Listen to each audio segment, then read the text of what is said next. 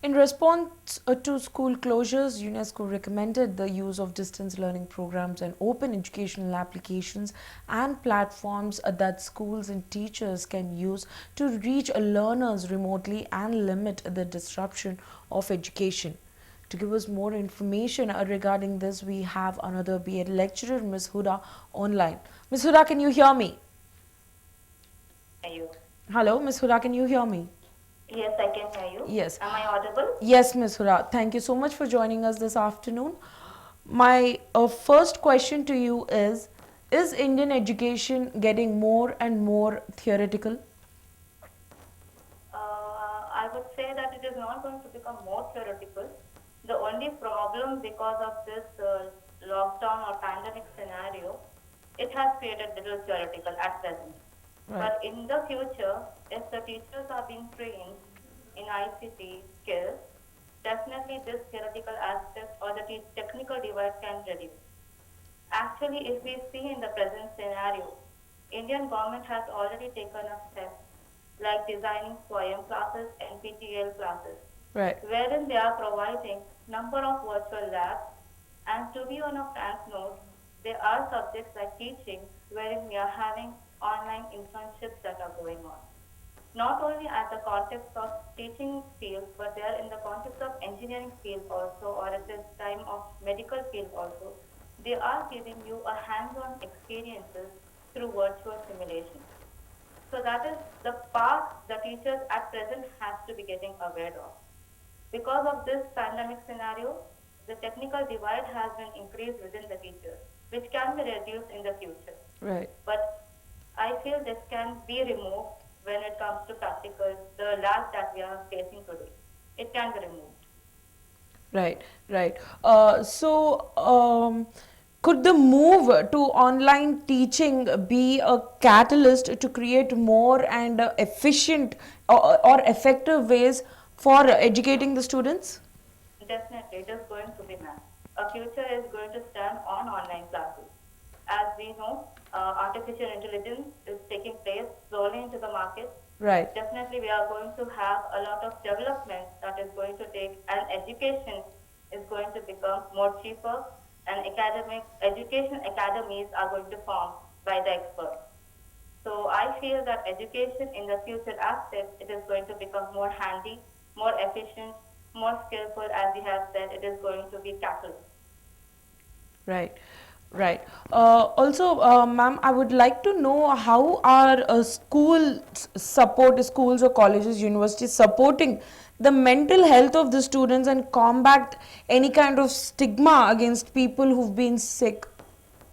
Yeah. According to my observation, in Maharashtra, we have observed that many of the universities have taken up, uh, you know, programs Right, to come out of stress. right, So it is, I feel because of this lockdown scenario, we are not able to manage our stress. But when it comes to on long run, this online education is going to be more feasible and people are going to enjoy and they are going to learn. The only problem at present is we are not able to go outside. We are not facing the outside world as we were doing before. But on a long run, that change is going to happen. People are going to move out from this scenario. Definitely, at this pandemic scenario, I have seen number of counseling, done on free of cost by the Department of Psychology, also from our Osmania University as well. They right, have taken, number of programs wherein they were doing online calls. They were, resolving the problems faced by the students, faced by the parents. A lot of mental health was being improvised by, having a conversation. One of the techniques that they have adopted, I would like to speak up here, is yeah, one thing what I have observed is yoga meditation was done online. They right, were trying to teach number of yoga techniques so that they can subside their stress. And the other thing what I have observed is they have started sharing moral stories. right, When I have seen in one of the research, if you speak about the moral stories, there is a lot of, it is a de-stressing technique wherein people can move away from the negative mindset to the towards the positive mindset. So these are the certain techniques that have already been adopted and they are coming up with a very positive result. In fact, NCRT has taken a step wherein they have designed counseling sessions by hiring the counselors and they have given the sessions free of cost. And in fact, number of clinical psychologists have come up from their own programs they have started. They started with the webinars. They started connecting to the all India. Not only to the India, they have become globalized. They have reached the globe. So I used to find number of participants coming from all over the world. So these webinars, these interactive sessions made this, and in fact, number of programs they started developing, short courses, which made all the students to be engaged. And the universities, as we have seen, they have taken the courses online, which made number of students to becoming engaged in the courses, and they started forgetting that they are in this pandemic scenario. So Right. I feel that in this present scenario also we have we were fighting for this. Right, right. So, keeping all of this in mind, what does this mean for future of learning or education? I can only tell you blended learning is going to take the place, Right, and we can see that there are going to be academics right, that are going to be starting. right, And we can see YouTube has taken its leap in this lockdown. Number of YouTube channels were created by many of my students as well. They have created the YouTube channels in right, teaching their skills. And one more thing I have found very interesting, that people are finding out what is best in them. right, And they are finding out to do that with whatever resources they are having. So I think that we can, this online learning is going to help people to understand what are the innate skills are. And definitely they are working out also. We can see number of creative side jobs are also being done online. So I think the future is going to have, but one thing I would like to say here is, we cannot say that absolute online education is going to be helpful, but right, here human intervention is required. So what I have felt after my observation is, for every course, whenever we are designing for online, if we provide one person to assess them, if one person is assigned for 50 students, for example, how we are assigning a teacher for a number of students, right, in that way, this human intervention will be helpful for the learners to take up the education, take up the courses, because that person is going to guide them in filling up the assignments, in understanding the doubts. That human touch is required. We cannot say that online education, absolute online education is worth it. But yes, through with human intervention, it's going to be very much worthful. The similar example I can give you of an industry. A totally automated industry is still are going to, recruit people, humans. right. So this human intervention is most needed, I believe, even at the educational field. Right, right, right. Ms. Hura, here I also want to point out one thing. Because of this online teaching, it could be a little dull than the traditional way. So, because of this, it's creating a passive learning in students. It's creating a fresh batch. Not all students, but there are some students who are passive learners in this point of time. So, how could teachers help these students overcome that? First of all, ma'am, this pandemic scenario was all of a sudden, overnight it was. Yeah, People were not, ready for this. The only thing is, as I told you in the beginning, the teachers are not known of technology. right, right, See, there are number of workshops at present scenario itself, they are conducting. They are having total interactive sessions. But here I can tell you, we need to have a command on technical skills, right, because we don't know, many of the teachers, many of the learners, they don't know, they are not having the facilities also. These are the certain points, certain things that we have to look upon, wherein if we provide them full facilities, full-fledged provisions if they are provided with, definitely they can overcome this problem rather than having the passive learning. And one more thing, ma'am, they are developing applications. yeah, a world of application is going to come, wherein they are going to have interaction. So Right. at this pandemic scenario, everybody has taken whatever they could do it. But for long run, for in a long period of time, they are going to have a lot of changes, I believe. So when you want to make it your sessions interactive, it is always better that you should have a proper bandwidth. If the bandwidth should be proper, a powerful internet is required. These things many of the teachers doesn't know, and many of the teachers and the students are not having the facility. So this can be improvised. And yes, if they what they can do is they can reduce the tuition fee, and the students can apply for the internet facilities at their own level. That can also happen. That can be the better preventive measure or the future measure they can take. Right, right. Ms. Huda, also the academic year for this year has almost started for many of the schools. Online teaching has also started. Uh, what difference is it going to make in the academic calendar? As we can see, online teaching is going to continue for some more time. If school reopens, what is the difference? What is the transition that it's going to take? Is there going to be any effect on the academic calendar? I don't think so, ma'am. But yes, in the context of government school, I could say, because number of teachers who are in government field, Right. they might not have that facility, or they're not willing to take up the online classes. But when it comes to private sector, definitely they have taken a lot of measures to conduct Right. the online classes, Right. and a lot of classes are going on, and internships are going on, and activities are going on. So, academic calendar is affecting because the loophole in the education system is assessment. Right. We are finding Right. difficulty how to assess the examination, how to conduct the examination, because we are having the fear of cheating.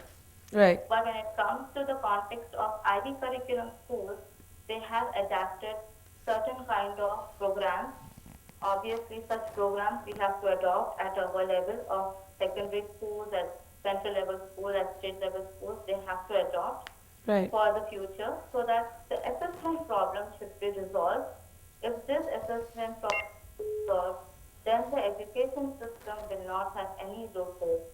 And as you said, they won't be, at this moment, yes, we can say because of the uncertainty that we have seen, it has created, a lag, a lot of, difficulties in making the academic calendar move according to the planned manner. But still, we find that we will overcome this. This is a problem that we are facing, but definitely we will overcome it. They are taking certain measures, but only assessment is something that has to be improvised, the examination pattern. But still, I can find few of the schools at Maharashtra or at the IB curriculum, we can see they have taken, assessment already. Right. So we have at the state level and central level, we have to look up with the programs that we can use for assessment. Right. Right. So we have to improve in that context, or else there would be any academic problem in the calendar. Right. calendar. Right. Also, Miss Noor, I would like to ask. It is a challenge for many students to differentiate themselves and with a lack of cohesive framework and to get to themselves as a point like ready for jobs or any other educational tasks that they might face. So So when it comes to yeah. educational tasks, they are able to do, ma'am. But the only thing is what they are worried about is job. As I told you, there is a lot of technical divide. But yes, I have seen number of organizations have come up. They are trying to teach. They are trying to make them aware about some technical aids, teaching information on how to use the internet. Many Right. of the free workshops and webinars are going on so that they can enhance themselves. But yes, this technical divide might, have problem when it comes to job absorption. As we know, the economy has also gone down. There is a lot of uncertainty that is existing in the present market. We have no clue what is going to happen next.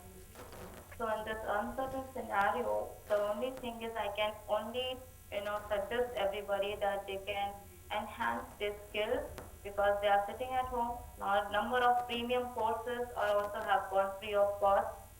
They can use number of free portals like Coursera, edX, Swayam, NPTEL, YouTube, and number of people resources who are giving you at a very low cost the skill enhancement courses. Sitting at home rather wasting time, it's always better to enhance the skill set so that they can be ready for the next scenario, which is going to be a little uncertain, but they can full-fledge themselves with the certain set of skills that are required, which are easily available in front of them. The Right. only thing is that they need a proper direction, Right. they need proper, information that is required. Right. Right, Ms. Huda. My final question to you is, I just want you to give me a brief transition of the unprepared teachers. There are so many teachers who were not prepared, who were not ready for this sudden transition from face-to-face interaction to online teaching, as you have mentioned earlier. I just want you to give me a brief explanation regarding the journey that they have faced from the day one till now, how Yeah. full-fledgedly they're working on online teaching. Yeah, there is something called fixation in psychology. Right. The mindset of human is the teachers have become so fixed that they don't want to adopt. Right. And one thing is fixation of mind, of mindset, and second thing, they don't want to, they have lack of resources. These are the two major problems that we have seen. People having fixed mindset, people are not having resources. Right. So in these two scenarios, it is always better that the support of the organization should come up. Right. Without the support of the organization, we cannot run anything. Because when we are running an organization, it's a teamwork. So Of course. when you find anybody is having such problems, then as a team of an organization, they should come up. They should counsel the teachers at the ground level and try to understand what are the problems to remove that fixation first, Right. to change their mindset. After changing their mindset, if they are having the loophole with the resources, we can provide them as a school organization. There are so many of computers available at their home in the schools which are not used in the lab. Those lab computers can be given to the teachers at the home level. Because of this pandemic scenario, they cannot come out. At least these computers are provided to the teachers, the resources are provided to the teachers. Definitely they will take a lead. But the support from the organization should be there. If there is no support, I have seen number of teachers, who didn't know anything about internet. They Right. are willing Right. to learn. That willingness also I have seen in the teachers. Why don't we support them? It is the work of the organization who say them that they are the family of the employee. Why don't they think about the employee as a family member Right. and help them out and resolve the problem? Definitely, if you have that humanitarian ground, they will definitely excel the organization also. See, if you want to have success of organization, you need to have humanity in it. Right. If that humanitarian approach, if you have, definitely the success of organization will take place, success, individual growth of a teacher will take place. In turn, the development of an organization on the whole will take place. So it is the teamwork that has to come up in resolving this pandemic scenario of this technical divide and the fixed mindset. Right, right. Thank you so much, Ms. Hura. Thank you so much for joining us. You have cited very, very important and crucial points that has been happening in the education sector. Thanks a lot for sharing with us. Yeah, thank you so much, ma'am. Thank you. Pleasure is on mine. Thank you. More than 1.5 billion children are out of school due to the disruption caused by the global coronavirus pandemic. In India, schools have been shut since the end of March, while many of those schools have moved to a system of online classrooms. It means very little to Pinky and 1,000 others who have only heard of the word Google. Over a decade ago, India passed the landmark Right to Education Act that made education free and compulsory for children between the ages of 6 and 14 in 2009. The enrollment of girls in schools has increased But for many reasons, the RTE Act did not help in keeping girls in schools. The shutting down of schools has made the already difficult lives of young children more challenging, especially in rural India. India has also the largest number of anemic women in the world. With very little income and the absence of midday meals for young girls, battling one of the biggest health crises will get more challenging.